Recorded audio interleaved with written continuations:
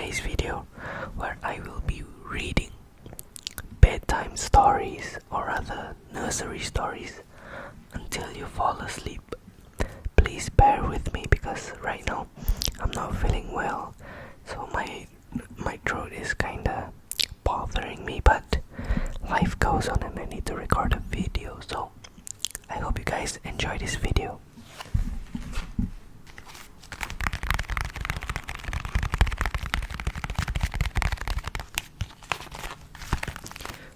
So I'll be reading from this book, 3-Minute Nursery Rhymes.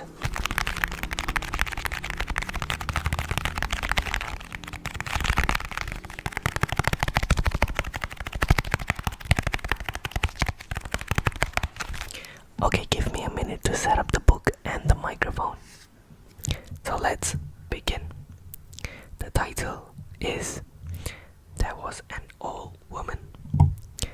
There was an old woman who lived in a shoe. She had so many children, she didn't know what to do. She gave them some broth without any bread. She kissed them all sweetly and sent them to bed. The next one is Sing a Song of Sixpence. Sing a song of sixpence. Sing a song of sixpence. A bucket full of rye. 24 blackbirds baked in a pie. When the pie was opened, the birds began to sing. Wasn't that a dainty dish to set before the king? I'm not gonna lie, I don't even know what that means. The next one is Old King Cole. Old King Cole was a merry soul, a merry old soul, and a merry old soul was he. He called for his pipe, and he called for his bowl, and he called for his fiddler's tree. What? The next one is Little Bo Peep. Little Bo Peep has lost her sleep. Little Bo Peep has lost her sheep and can't tell where to find them. Leave them alone and they'll come home, wagging their tails behind them. The next one is Humpty Dumpty. Humpty Dumpty sat on a wall. Humpty Dumpty had a great fall.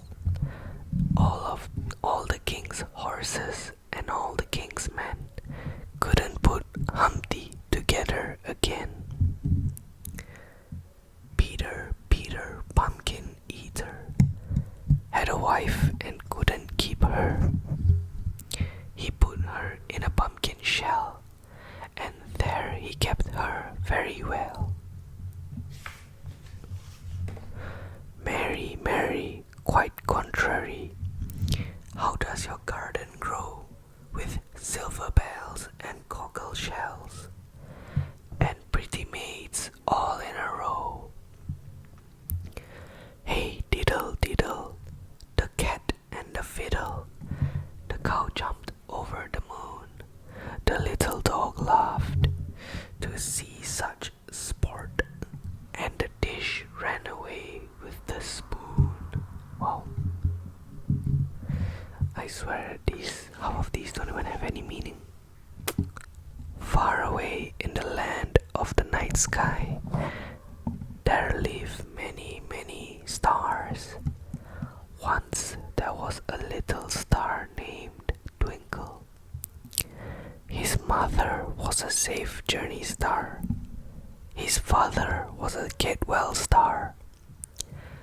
You see, each star in the sky has an important job to do. Twinkle was growing impatient. He didn't know yet what his star job would be, and Twinkle wished he would have an important job. Mama Star said, there, you will know your soon enough, Twinkle. Papa Star said, one day you will find the perfect job. Or just maybe the perfect job will find you. Twinkle hoped they were right. Twinkle wished he could be a first day of school star. I would help children be brave and make friends. I would even help them with their ABCs and 1, 2, 3s, said Twinkle. If he didn't happen to become a first day of school star, Twinkle thought that being a tie your shoes star might be nice. I would help children learn to tie their shoes and their boots. I would look over them as they learn to make extra tight knots and bows. I would help children keep from skinning their knees because they won't trip on loose shoelaces, said Twinkle.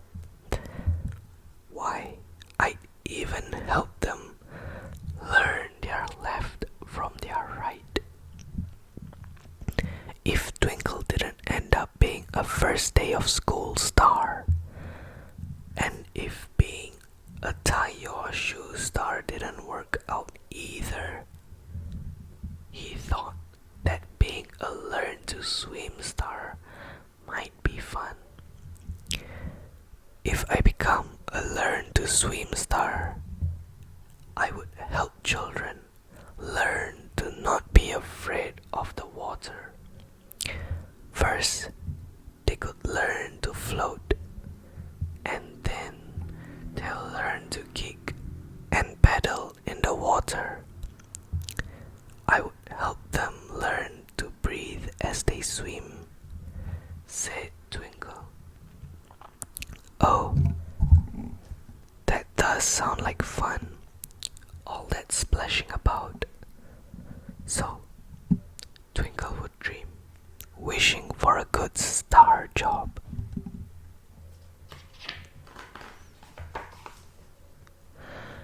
One spring, as Twinkle sparkled in the sky, a little girl way down on earth said, "Look, Mama, I think that star is twinkling just for me.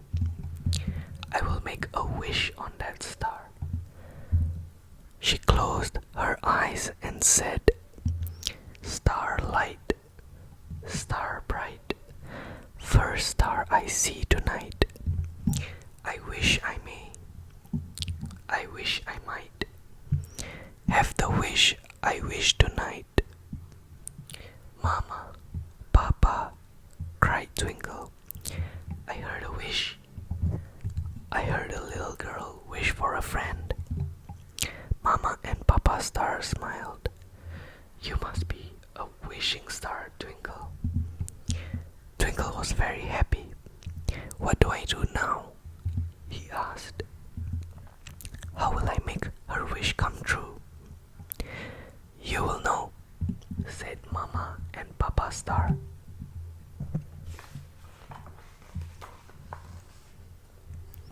Twinkle sparkled as brightly as he could over the little wishing girl. "To make a friend, you must look for someone who needs a friend too," said Twinkle. "Just smile and say hello. Share a cookie. Be nice. But most of all, be yourself." And Twinkle shone a special burst of starlight just for the girl. Twinkle grew up to become the best wishing star. He even has a song of his very own.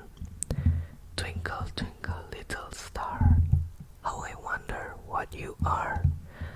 Up above the world so high, like a diamond in the the sky. Twinkle, twinkle, little star, how I wonder what you are.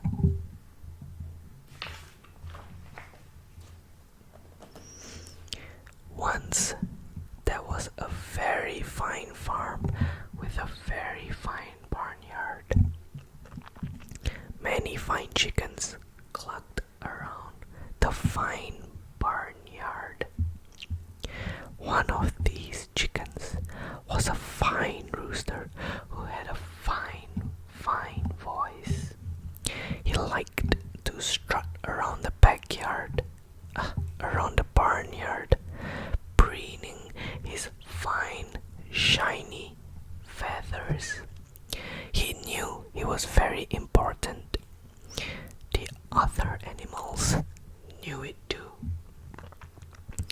Each morning at dawn, they gathered to hear the rooster crow. Rooster puffed up his chest. "Cock-a-doodle-doo," he crowed. "Cock-a-doodly-doodly-doo." The chickens all clucked and said, "He has the finest voice in the country." Everyone says so. Rooster's wife, Hen, agreed. "That rooster is awfully proud of his fine voice," she said. Late one night, when the chickens were roosting in the chicken coop, Rooster awoke with a start. "Hen, wake up," he said. "I had a terrible nightmare. I dreamed that a fox crept into the barnyard looking for the finest, plumpest chicken. And what do you think he picked? Me. I was the chicken dinner. It was horrible. Hen, what should I do?" "You should go back to sleep, dear," clucked Hen, yawning. "It was only a dream." "But it seemed so real," said Rooster. "What if it comes true? What if a fox really does creep into the barnyard looking for a fine, plump chicken?" "Don't be silly," said Hen. "Quit squawking and go back to sleep. It was only a dream." Rooster took Hen's advice and tried to forget all about his dream. But a few days later, Rooster saw a fox creeping into the barnyard. "The dream has come true," cried Rooster. "I must run. I must hide." "My dear Rooster," called Fox, Please don't run away. I didn't come to harm you.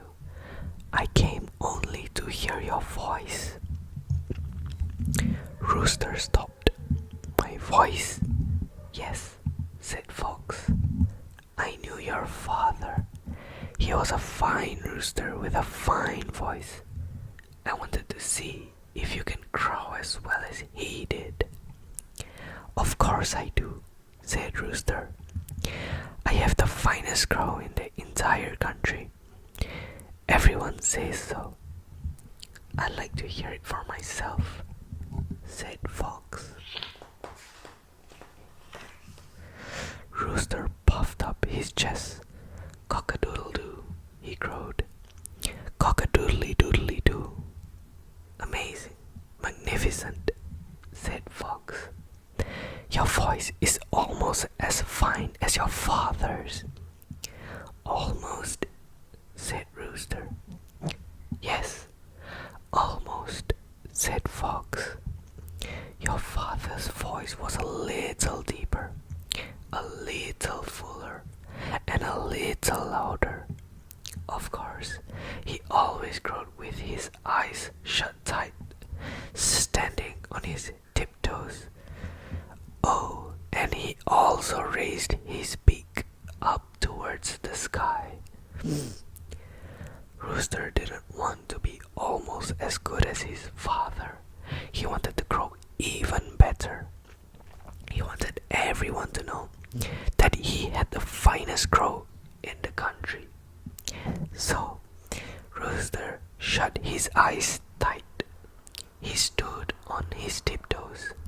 He raised his beak towards the sky. But just as Rooster opened his beak to crow, Fox grabbed him, leaped over the fence, and raced off into the woods, holding the rooster tight. "You tricked me," cried Rooster. "I flattered you," said Fox. "Flattery always does the trick." "You're very clever," said Rooster, "and very strong to be able to lift a plump rooster like me. See that rock? I wonder if you could lift that too." "Of course I could," said Fox. He set Rooster down and reached for the rock. Rooster, now free, scrambled quickly toward the barnyard. "You tricked me," cried Fox. "I flattered you," Rooster called out. "Flattery always does the trick." Fox crept away and never came back. He was too embarrassed to return after he fell for his own trick. Rooster still strutted and preened his feathers and crowed, but he tried to be more humble. "If I hadn't been so proud," he said, "I wouldn't have listened to Fox's flattery."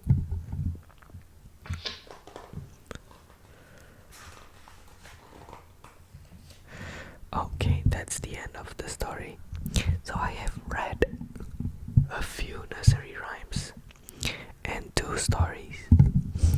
I kind of gave up on reading the title halfway because I was too lazy, but I hope the whispers were relaxing enough, even though I'm feeling kind of sick and I have this urge to cough right now. But I hope you guys enjoyed nonetheless, and I'll catch you in the next one. Thank you for watching. Good night.